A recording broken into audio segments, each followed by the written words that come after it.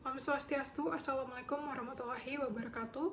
Shalom, namo buddhaya, salam sejahtera untuk kita semua. Di sini kami SGD B10 akan mempresentasikan student project kami yang berjudul Hedated Cheese.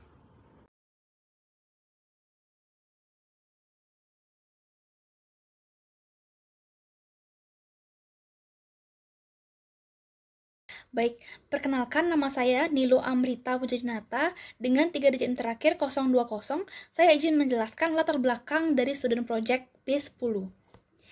Baik, hidatitis atau hidatidosis adalah manifestasi dari echinococosis, yaitu penyakit zoonotik akibat stadium larva Taeni cestodes.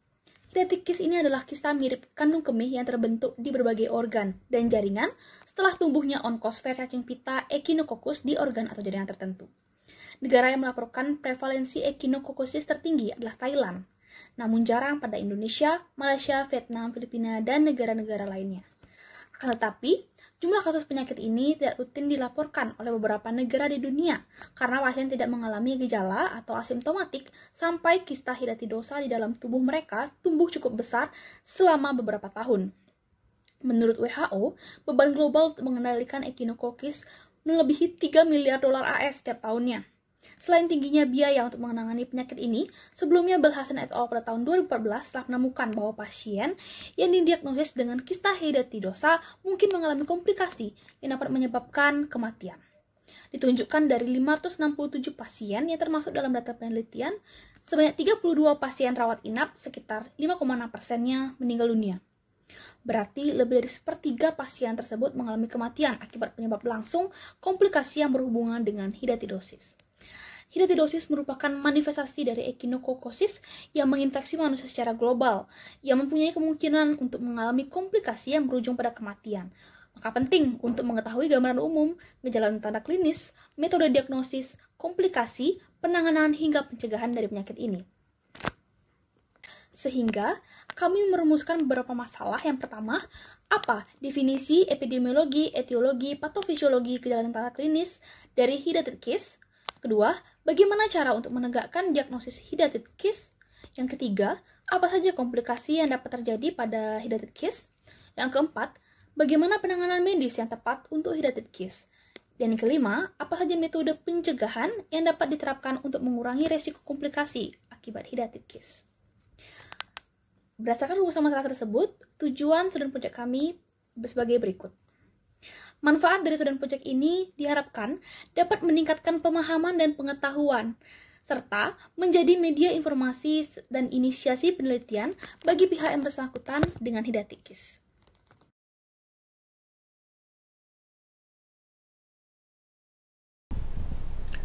Baik, di sini saya akan menjelaskan definisi dari hidatitis. Nah, hidatitis ini juga sering disebut dengan echinococosis.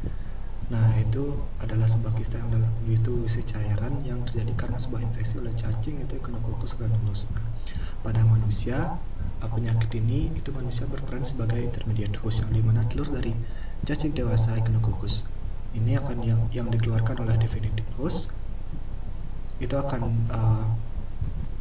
mencapai usus manusia dan mampu menembus hingga ke pembuluh limpa. Nah, pembuluh limfa ini akan mendistribusikannya ke liver dan di sana akan berkembang biak menjadi larva sehingga menyebabkan kista ini.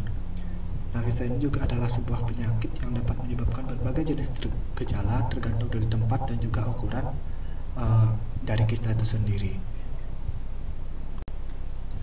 Baik, selanjutnya adalah epidemiologi dari hidatitis ini. Yang pertama itu untuk wilayah endemis dari penyakit ini itu meliputi dari wilayah Amerika Serikat, Mediterania, Eropa Timur, Timur Tengah, Afrika dan juga Asia Tengah. Nah, insiden dari penyakit ini pada manusia lebih khususnya itu dapat melebihi 50 orang per 100.000 orang setiap tahunnya. Nah, di daerah endemis tersebut dengan peningkatan prevalensi setinggi 5% sampai 10% dapat ditemukan di beberapa bagian Argentina, Peru, Afrika Timur dan juga Tiongkok. Nah, penyakit echinococosis ini spesifiknya echinococcus ini tidak ditemukan di Antartika dan sudah dianggap tereliminasi di Iceland, New Zealand, Tasmania, Falkland Island, dan Cyprus karena program dari pemerintah yang sangat kompeten. Perkenalkan, Perkenalkan, nama saya Gusti Ngurah Kemang Bagus Putra dengan 3 digit IPS 24. Saya akan menjelaskan tentang etiologi dari Hydatidis. Hydatidis adalah sebuah infeksi parasit zoonotik yang disebabkan oleh spesies cacing pita atau Chaetoda dari genus Echinococcus granulosus pada fase larva ataupun dewasa. Parasit ini ditularkan dari hewan ke manusia. Echinococcosis ditularkan lewat uretra fekal orang melalui kontak langsung dengan hewan yang terinfeksi atau melalui telur parasit yang tidak sengaja masuk ke dalam tubuh dari makanan, air, dan tanah. Parasit ini berada pada saluran pencernaan hewan karnivora, contohnya anjing yang merupakan definitive host. Telur dari parasit ini akan ditularkan ke hewan herbivora seperti domba melalui feses hewan karnivora yang terinfeksi yang kemudian menjadi intermediate host. Larva akan keluar dari telur yang berada pada saluran cerna, kemudian masuk ke aliran darah dan bermigrasi ke bagian tubuh. Sekian dari saya, terima kasih. Baik, perkenalkan, nama saya Imadihara Pertivinya Sumedang dengan 3 digit yang terakhir 201. Di sini saya akan menjelaskan tentang patofisiologi dari Hydatidis. Di mana Hydatidis disebabkan oleh infeksi Echinococcus granulosus atau Echinococcus multilocularis. Untuk patofisiologi sendiri terjadi beberapa tahap. Yang pertama, secara tidak sengaja manusia akan mengkonsumsi telur cacing pita atau Echinococcus granulosus, di mana telur-telur tersebut akan keluar menjadi larva oncosfer, di mana larva tersebut akan masuk ke dalam lamina propria usus dan selanjutnya akan diangkut melalui darah atau limfatik ke hati, paru-paru, organ dalam lainnya, yang dimana mereka berkembang menjadi Hydatidis di dalamnya. Jika kista tersebut terus membesar, pasien dapat menunjukkan gejala-gejala secara bertahap karena kista tersebut memberikan tekanan pada jaringan di sekitarnya.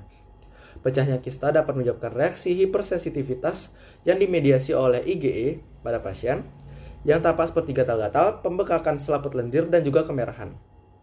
Reaksi ini dapat mengancam jiwa, dan juga kista ini dapat pecah dan bocor dan dapat melepaskan protokolusis yang akan masuk ke dalam peritoneum yang menyebabkan hidatidosis sekunder pada pasien. Sekian dari penjelasan saya, terima kasih. Perkenalkan, nama saya Komang Tainsyali Adristi dengan 3 digit NIM terakhir 5. Di sini saya akan menjelaskan tentang tanda dan gejala klinis dari Hydatidis. Kista hidatidosa pada manusia paling sering berkembang di hati dan juga paru-paru.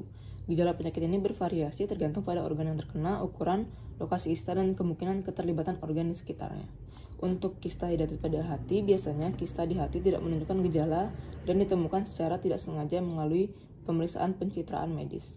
Gejala umum pada hidatidosis hati termasuk nyeri perut, hilang nafsu makan, hepatomegali, massa teraba, dan juga distensi abdomen. Pasien juga seringkali mengalami sakit perut, mual, muntah, atau penyakit kuning jika kista menekan saluran empedu. Meski begitu, gejala bisa muncul ketika kista membesar menyebabkan pembesaran hati atau hepatomegali atau reaksi inflamasi. Untuk kista hidatitis pada paru-paru, gejala klinis bervariasi tergantung pada jumlah parasit serta lokasi dan ukuran kista. Paling umum untuk terjadi yaitu batuk kronis, nyeri dada, dan juga kesulitan bernapas. Jika kista pecah, pasien mungkin mengalami batuk berdahak, hemoptisis atau batuk berdarah, demam, efusi pleura, atau bahkan shock anafilaksis. Yang terakhir, kista hidatitis pada limpa. Jika kista membesar, pasien mungkin mengalami gejala umum seperti nyeri perut, demam, dan adanya massa yang terasa nyeri di area hipokondrium kiri. Sekian, terima kasih. Baik, perkenalkan, nama saya Reva Alinakan dengan 3 digit terakhir 249. Selanjutnya ada metode diagnostik. Dalam kasus hidatitis, metode diagnostik didasarkan pada riwayat pasien melalui anamnesis, pemeriksaan fisik, observasi klinis, dan pemeriksaan penunjang dengan metode pencitraan atau imaging. Contohnya ada USG, CT scan, dan MRI. Ada juga tes serologi, misalnya ada ELISA, immunofluorescence, dan hemaglutinasi. Ada juga tes FNA atau fine needle aspiration. Jadi pada hasil anamnesis itu pada pasien dengan hidatitis menunjukkan beberapa gejala seperti contohnya ada kelelahan, melai, serta gejala gastrointestinal. Kemudian ditanya juga riwayat paparan terhadap hewan dan bepergian ke wilayah endemis, itu juga perlu diperhatikan. Kemudian pada pemeriksaan fisik dapat ditemukan hepatomegali saat melakukan palpasi. Kalau terjadi di paru-paru, pemeriksaan paru itu dapat menunjukkan bunyi napas abnormal dan pasien mungkin mengalami nyeri dada atau sesak nafas. Kemudian untuk konfirmasi lebih lanjut itu diperlukan pemeriksaan penunjang seperti pencitraan dan tes serologi. Saya izin melanjutkan. Perkenalkan, nama saya Gusti Ayu Agung Citra Parmadevi dengan 3 digit NIM terakhir 072. Di sini saya akan menjelaskan mengenai pemeriksaan penunjang dari kista hidatit. Jadi untuk pemeriksaan penunjangnya dapat dilakukan dengan teknik pencitraan ataupun pemeriksaan laboratorium. Untuk teknik pencitraan sendiri, dokter biasanya melakukan CT scan, kemudian MRI, dan juga ultrasonografi atau USG. Sedangkan untuk pemeriksaan laboratorium terbagi menjadi 2, yaitu metode kompresi dan juga tes serologi atau tes darah. Nah, untuk metode kompresi sendiri, itu spesimennya berupa organ atau daging yang didapatkan dari proses otopsi atau biopsi. Nah, spesimen ini akan diletakkan di antara gelas objek, lalu ditekan hingga spesimen menjadi tipis dan diperiksa di bawah menggunakan stetoskop. Sedangkan untuk uji serologi atau tes darahnya sendiri, ada ELISA, kemudian immunofluorescence, kemudian hemagglutination, immunoblotting, serta alat teks agglutination. Sekian dari saya, terima kasih. Nama saya Parmesari Tomo dan dari 227 saya mempresentasikan komplikasi dari kista hidatit. Jadi komplikasi dari kista hidatit ini datang sebelum dan setelah dia pecah.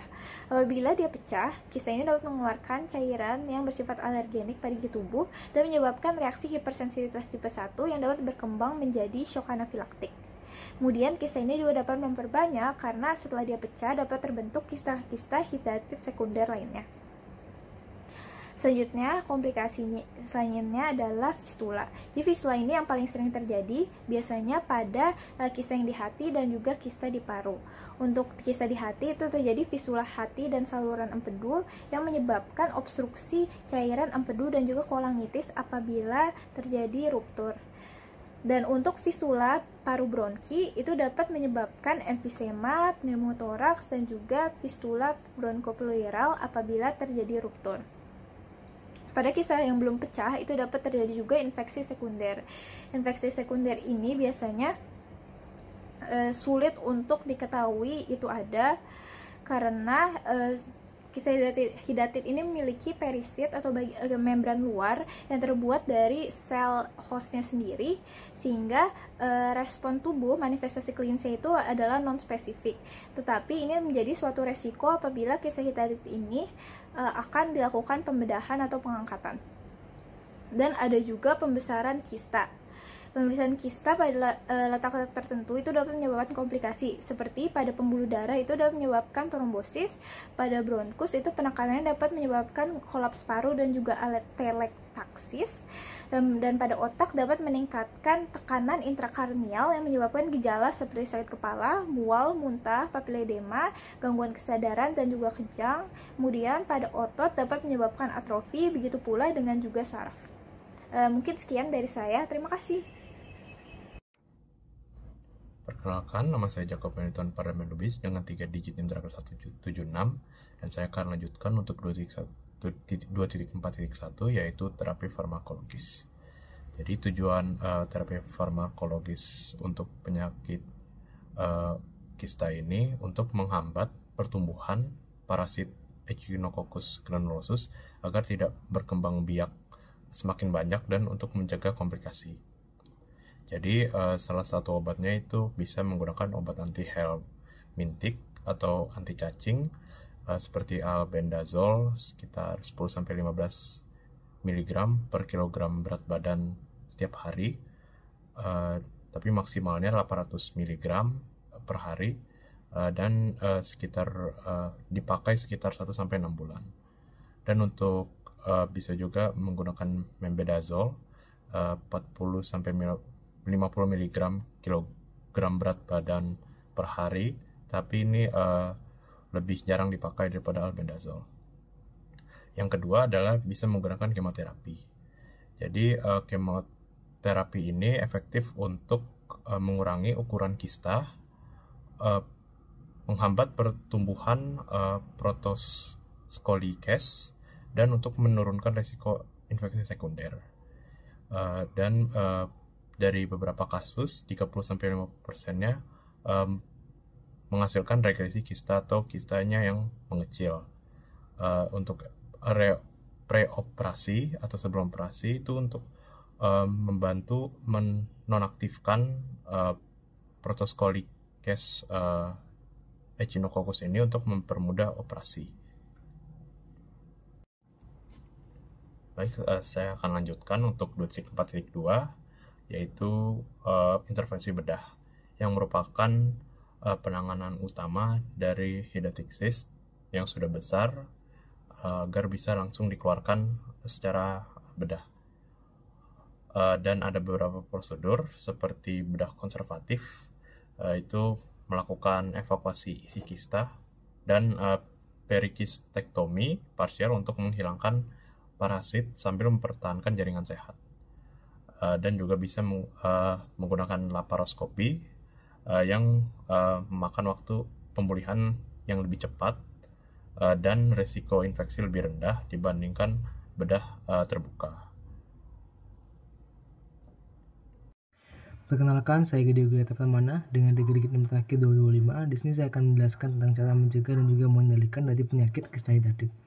Yang pertama, itu kita bisa dengan cara memberikan anjing itu obat cacing praziquantel secara berkala. Yang kedua, kita bisa dengan cara itu membersihkan tempat penyembelihan domba, itu termasuk juga dengan cara kita memusnahkan jeroan hasil dari domba yang terinfeksi. Yang ketiga, kita bisa dengan cara memberikan edukasi pada masyarakat, sehingga masyarakat itu juga bisa ikut dalam mencegah penyakit ini. Terakhir, itu kita bisa dengan cara memberikan vaksinasi kepada domba, sehingga domba tidak mudah terinfeksi oleh penyakit tersebut. Sekian dari saya, terima kasih.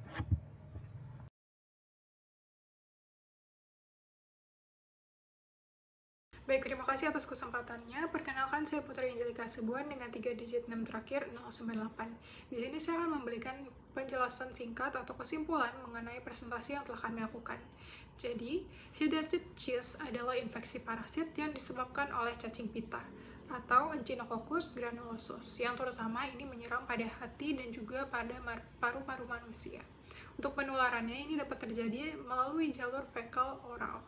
Untuk tahap awal, biasanya penyakit ini tidak menunjukkan gejala, tetapi seiring perkembangannya ini bisa menimbulkan gejala seperti nyeri perut, penurunan berat badan, dan juga jaundice. Untuk prevalensinya, prevalensi infeksi ini tinggi pada daerah yang pedesaan, terutama di wilayah peternakannya. Infeksi ini dapat meningkatkan komplikasi yang serius, sehingga diperlukan penanganan untuk mencegah komplikasi ini. Untuk diagnosisnya bisa melalui anamnesis, pemeriksaan fisik, juga ada bisa CT scan ataupun MRI, serta juga tes serologi untuk mendeteksi antibodi terhadap parasit ini. Sekian dari saya, terima kasih.